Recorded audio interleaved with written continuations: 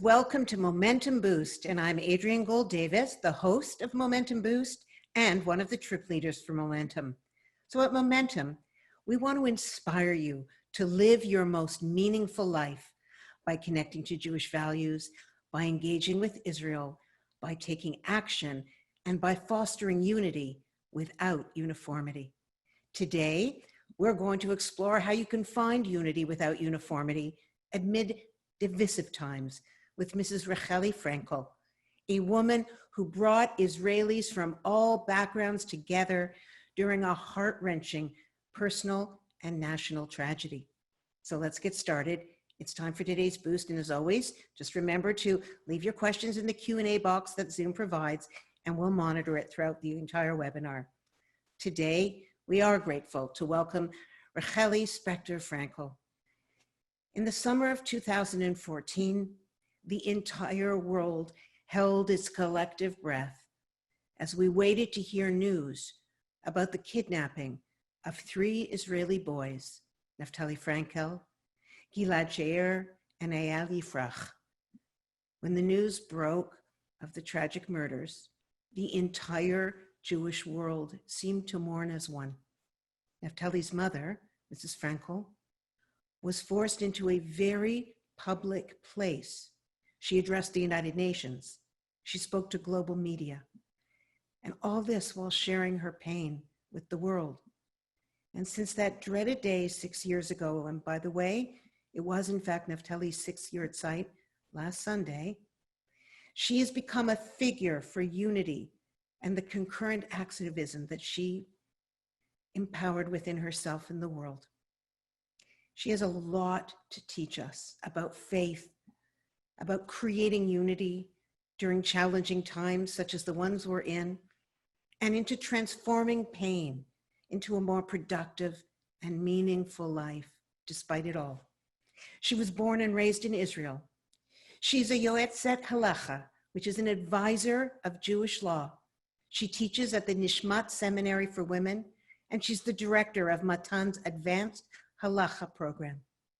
She's the co-founder of the Jerusalem Unity Prize and the Unity Day Project. She is a mother of 7. She lives with her family in Nov Leon. And to begin, we'd like you to take a look at this video so that you could frame this experience.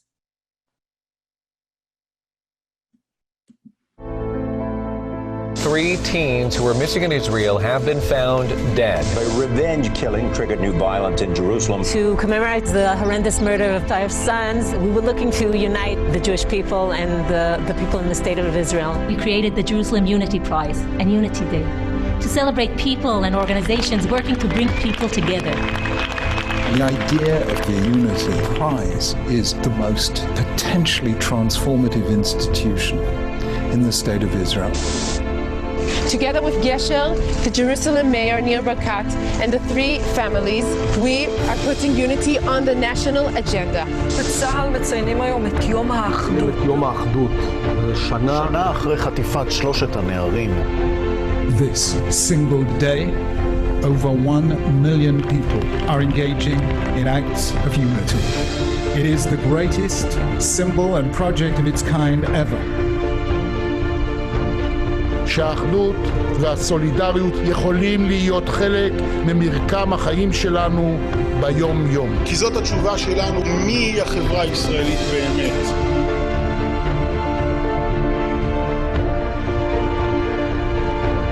We cannot afford to let our differences divide us. השינוי צריך להתחיל מלמטה.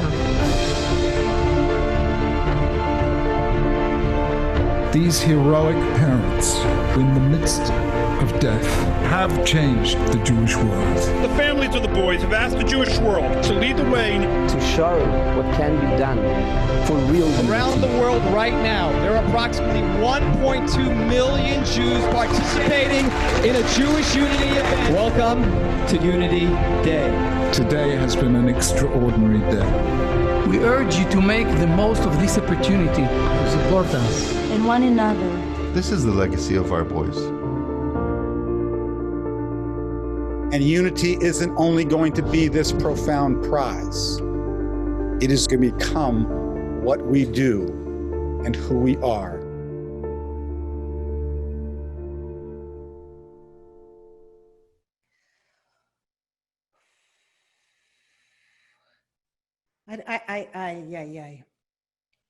It's extraordinary. Welcome. I'm so grateful to have an opportunity to speak with you, to process with you, although I can't even imagine how you do. I'm going to ask you your first question now so we can get this conversation going. You know, after the death of Naftali, you founded this Unity Day, and I found a quote that you said. You said, "Unity is an issue of national security, but also of national hope. As different as we may be, we have a shared future, and together it's a good one." Would you mind sharing with all of us why you chose this so important value as the memorial project for Naftali? First of all, hello, shalom. It's great to be here. It's great to have you. And we really miss the momentum vibe in Israel these months. You know, Corona kept everybody away from us. So we're waiting for it to all start again. I bet the merchants are waiting too. We women can shop. Yeah. So, darling. So, okay, we actually didn't choose it. It chose us. And, you know, contrary to your kind introduction, we didn't create any unity.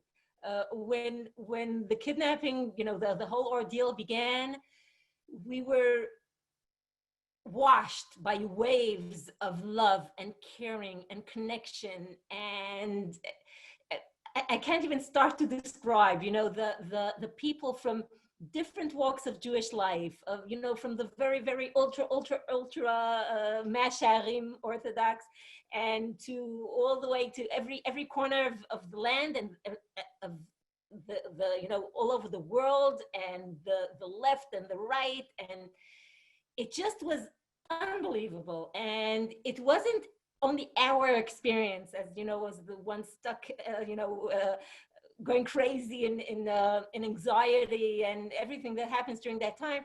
It was something that was shared by the people all around. And to this day, I meet people from communities far away, and they tell me a miracle happened to us during those days. We stood together, the Hasidim and the conservative and the reform and the reconstructionist and the non-affiliated and the Israeli, and we prayed together, and we rallied together, and we held a memorial together, and the elders of the community don't remember anything like it. And so it was nothing we created.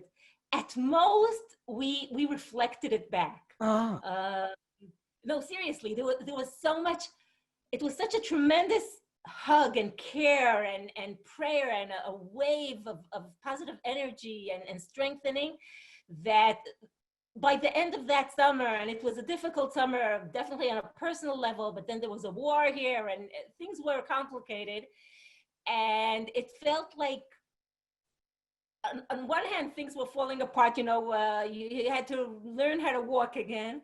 And on the other hand, there was like a tremendous, first of all, debt of gratitude that I feel to this day for all our, you know, everybody that was, people could meet me in the street and say, you don't know me, but I know you.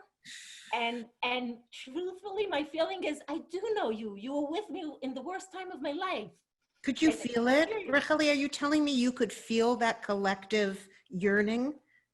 For sure, for sure. Yeah, I actually said this, and we spoke on some momentum thing that Natan Sharansky was here. Oh, do tell, yeah. Well, during those days, the Sirovnik, he sat for years in the Soviet Gulag, right. And he was telling us how when he was isolated, he had no idea what's going outside of the walls of the tiny cell he was in, but he had a profound knowledge that people out there are praying for him, are thinking of him, are doing things on his behalf. And he said, the almost the mystical sense of that kept me alive. He told us to us in the context of the fact that we thought that our son is a hostage, alive. Right. But it definitely was true for the feeling of, someone came, people were there holding us sane, holding us together. It was just unbelievable. So I never had the opportunity to choose my project. It just chose us. Oh, and there was a bit of a sense of responsibility to keep some of that alive. And I'll tell you another thing. Tell me. When you say, just before you do, when you say to keep it alive, the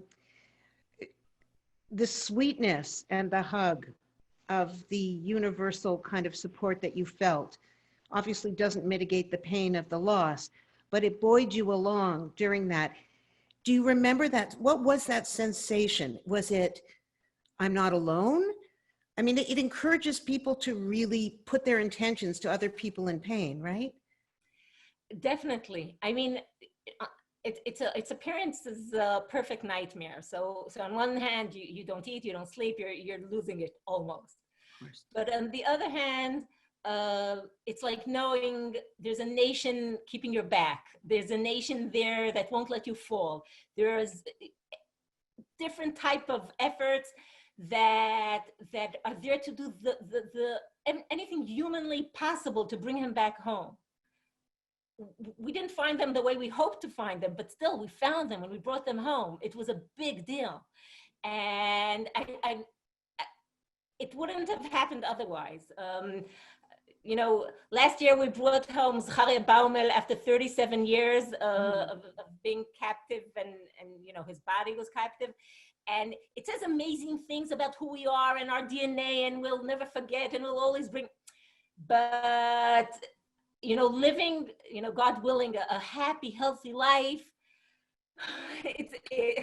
I'm very thankful that it didn't take 37 years. I wanted to get Naftali back home healthy and safe, but that didn't happen, but I still got him home. And I believe it's due to every kind of effort and mostly for all this caring.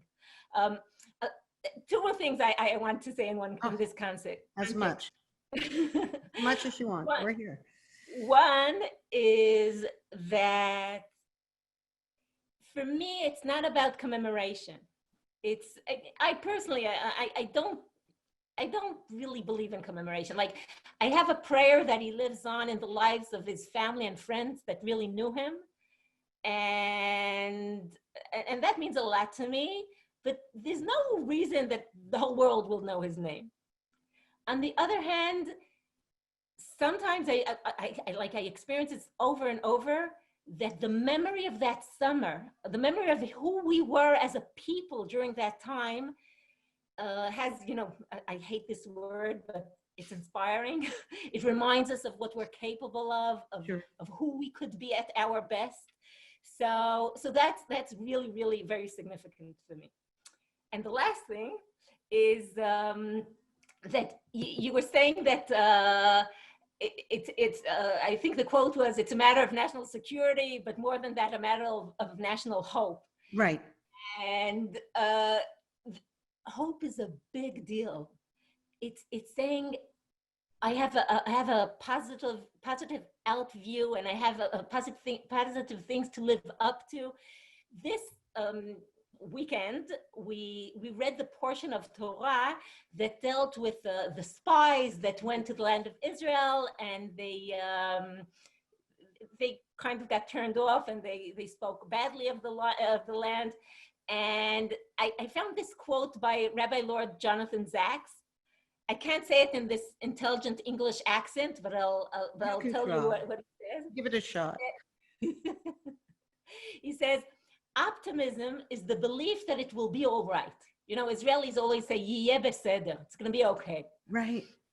Hope is the belief that together we can make it all right. Ooh.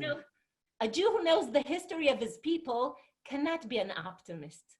But a Jew worthy of the name Jew never abandons hope.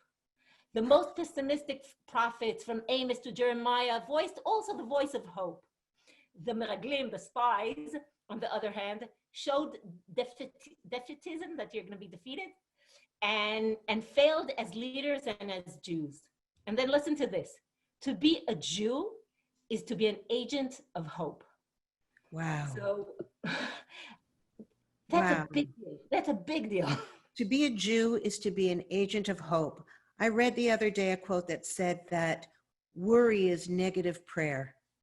Oh. It seems also, to be related to that. So you say that it was thrust upon you because it was the natural thing and you were just mirroring back what was happening in the world around you. And I think that at Momentum, unity without uniformity is definitely a fundamental goal of ours. Can you talk a little bit about unity from a Torah perspective, from a Jewish perspective, what it speaks to you about? When you think about unity, I also want you to consider whether the unity that you experienced, that the world experienced around your son and his friends, are we only able to access that in times of crises? Is there a way to access it in the positive times as well? Wow. Let's see. Begin where you wish. Okay. So first, you were speaking about unity without uniformity, and there's good reason why that's the Momentum logo, right? Right. I'm very lucky to be part of what we call Bet Midrash, is where the places where Jews learn Torah. Okay. Now, that's where our culture grew. That's where, I was just in Naftali's high school, and they have delegations of people coming from South Korea, because they heard that, the Jews are, I don't know, they're over represented in the Nobel Prizes and all that. And people attribute it to learning Talmud, to what it does to your brain. So you get these South Korean people coming to the high school to say, we want to learn how you teach Talmud. Wow. It's amazing. It's surreal. But really what these Batei Midrash do anywhere that Torah is learned is discuss Torah and discuss Torah. And the biggest value in a Beit Midrash is, I'll try to translate it, the Hebrew term is machloket, and it means disagreement, dispute. It could mean arguments, and usually it could mean heated arguments. Right. And the thing about machloket is it's not frowned upon. It's the essence of Bet Midrash. It's you're here to argue things through, of course, to listen, but to talk. You're never there to silence or to be silenced. You're never there to, suppress your ideas or suppress your emotions. You learn how to regulate them sometimes, but the idea is, let me hear what you're thinking. Because the only reason for me to spend time arguing with you is because I care what you think. One of the classic stories of the Talmud is about the relationship between a great sage called Rabbi Yochanan and another great sage called Resh Lakish. And it's a long story. I won't go into the whole thing, but at some point, Resh Lakish dies, and Rabbi Yochanan totally loses it, and he's really, he doesn't know. He walks around saying, "Where's Resh Lakish? Where's Resh Lakish?" And the sages that are his friends and his students, they find, the sharpest pencil in the case, the brightest student, and they say, okay, he's going to be your new study mate, your new chevruta. Right. And whenever Rabbi Yochanan would have an idea, so this brilliant guy would say, oh, I have a proof that you're right from there and from that, and he had tremendous knowledge. And Rabbi Yochanan would look at him and say, you're like Resh Lakish? When Resh Lakish was around, I would say an idea, and he would have 24 ways to refute my idea, to disprove me, to prove me wrong. And we would argue and argue and argue, and Torah grew. And what do you think, that I don't know that I'm right? That's part of the story there. And that's the essence of machloket. It means, no, we do not need to agree. And no, we don't have to, come out of this experience identical. But the truth is, I don't want you to disappear. I know that you and I, we're going to build this land, this country, whatever, wherever the context is, this community together. And I'm not gonna, it's not, I'm gonna wake up in the morning and everybody's gonna be looking like me or looking like you. It's about what goes on between us. That's, this is a very, very interesting, deep concept, because as you said earlier, first one has to be able to listen to someone else. And you also have to yearn for an opposing opinion, just like Rabbi Yochanan did. He wanted his thoughts sharpened. And as a society, I mean, all you have to do is look at what's going on in North America right now. Rachelle, this is such a fractured, divisive time, especially in North America. Since the death of George Floyd, there is so much pain and anger. And it's really hard to get people to listen to opposing viewpoints. And I guess I want to understand, what is it about the Jewish way of thinking, about this Talmudic principle that you've just explained to us? What's the lesson for us? That we have to yearn to hear the other side? That we have to be open to criticism? What do you think? What do you think that we're learning from this? I think, often we see ourselves in the eyes of others, but it's not necessarily a critical look, or it's not necessarily an envious look. It's just, we exist for each other, and we see each other's reflections if we bother to look in each other's eyes. And for Rabbi Yochanan to just say an idea that, flying in the world without testing, without criticism, without critical thought, it's useless, it's meaningless. And it's the places we meet each other, and we give each other the, I'll tell you, I on the risk of not being politically proper, a bet midrash, a place for learning Torah, is the opposite of a safe space.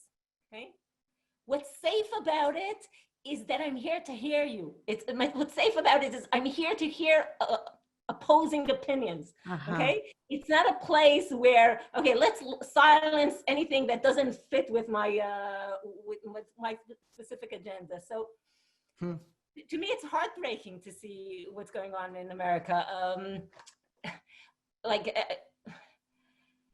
Within the context of our story, the day after the funeral of our sons, some wicked and disturbed people, because they were both wicked and disturbed, murdered a 17-year-old Arab in Jerusalem. His name was Muhammad Abu Khdeir. And we were furious. First, we couldn't believe that Jews had anything to do with it. Then we were told by the police that it was a hate crime and it was some kind of revenge. And we came out speaking, saying, there's no difference between our blood and their blood, and no parent should go through what we went through. And I would say all lives matter, yes? And it's such a simple truth. Yet on a personal level, and of course, in many contexts, it's riots and it expresses, true sentiments, and we have to learn to listen. We do. But on a personal level, it's a bit of a question of how you choose to tell your life story. What you do with rage is not the kind of emotion to cultivate a healthy life. No, for sure it's not. At some point in life, you might experience it, definitely if you're in a big group, etc. But on a personal level, it's how you tell your own story, and what you choose to do to make life better, to make the world better. Yeah, I mean, and yet, you say all lives matter, and I say yes, and at that moment, at the moment of the loss of your boys, their lives mattered, and it was about them. And it is completely fair for a person to feel the immediate rupture in their kishkas that's about them in that moment. But the end goal of all of it is to create unity or to focus on the unity. And that seems to be what you chose to do. So I have another question for you. How are we doing 6 years later in terms of unity, in your opinion? You know, like 10 minutes after the top experience of Jewish life, the revelation on Mount Sinai, we were down there dancing around the calf. Right. So I learned that peak events are there to teach you the capability, the things you could aspire to, and everyday life doesn't reflect that every moment. I think for a lot of people that remember that experience and many experiences that happened since, it gave them a sense of extended family that was renewed, that was almost like reawakened under mountains of cynicism and diversity, you know, all that. I can't give Am Yisrael a mark, and nobody needs my mark. You know, nobody. Right. It's not like it's some test we have to live up to. But I think being cynical about that, and I do appreciate cynical humor and stuff like that, is an ability I lost because I felt firsthand what it means to be hugged by the Jewish people, and it's out there. It's something that we can tap into. And the sense of the extended family, and that out there's so many people potentially that care about you, that connect to you, that share a heritage, that share a future, that we have a covenant around. You know, it's like people say, you know, if I don't like somebody, you know, like Facebook like, right. I definitely can't love them. And the truth is a little bit the reverse. It is. There are a million reasons, you know, a person could rub me the wrong way. I can dislike someone for a million reasons, superficially. But deep down there's love is a whole different story. It's a connection. It's a covenant, it's a responsibility. It's, you know, it just goes way deeper and higher than all of the likes and dislikes. Oh, that's so gorgeous and so true. So do you have time for me to ask you a couple of audience questions? Because people are asking. The first one, when we pray, and it seems that the answer from Hashem is no, from God is no, how are we supposed to respond and to understand this? Well, no is also an answer, right? Right. I think what this woman is asking is similar to the next question, which is, how much did emunah, which is your faithfulness and your practice of faithfulness in the long term, how much did that help you deal with your loss? Okay, so I'll start from the second and I'll go to the first. Okay.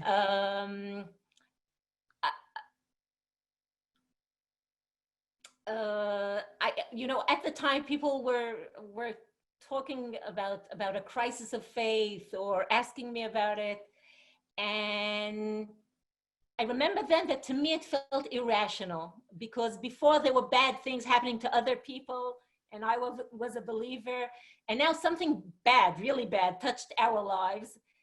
So what changed, you know, on the rational level? But on the emotional level, it was mostly about being vulnerable and being totally exposed and being very, very dependent. You know, what I wanted more than anything in the world was totally out of my control. And vulnerability deals with the real materials of life. It's you know, sometimes our padding comes off and we deal with the real stuff. So in that time, faith was part of the experience. I can't say it made it easier or more difficult. It gave context. It gave some vessels to hold the grief later. I also must say that faith is something that has a dynamic to it. Sometimes you feel very close, sometimes you feel more distant, sometimes you have doubts. But for me, like, it's already, I'm here for the long term, and you know, even if you have a moment where you feel more distant, so you feel, oh, God is waiting for me, HaKadosh Baruch Hu is waiting for me on the other side of this. And it's just life itself, you know. It's not a tool. Regarding prayer, so I personally, there are different ways of viewing prayer, but my world, it was never some kind of bank machine. It's not like you're putting Psalms, Tehillim on one hand and you get results on the other. It just doesn't work like that. And seriously, God doesn't owe me anything. So prayer is a means of communication. It's a means of experiencing yourself as a being under God. It's even a means of experiencing the godly part within you, and having a conversation with that, and how I'm doing and where we're going together. That's such a beautiful answer. It's a beautiful answer. It's also a reminder that you're not God, and that doesn't hurt either. I honestly, I'm so grateful for your time, for your capacity for vulnerability, for your honesty, for your wisdom. I truly wish that you hadn't come to this through the circumstances you did. But as a world, and certainly the Jewish people, we're grateful for your resilience and for your teachings. Thank you. I'm grateful for everything you do at Momentum. I meet the most amazing people through you. Well, we adore you, and we're proud to know you. Thank you so much, Raquel.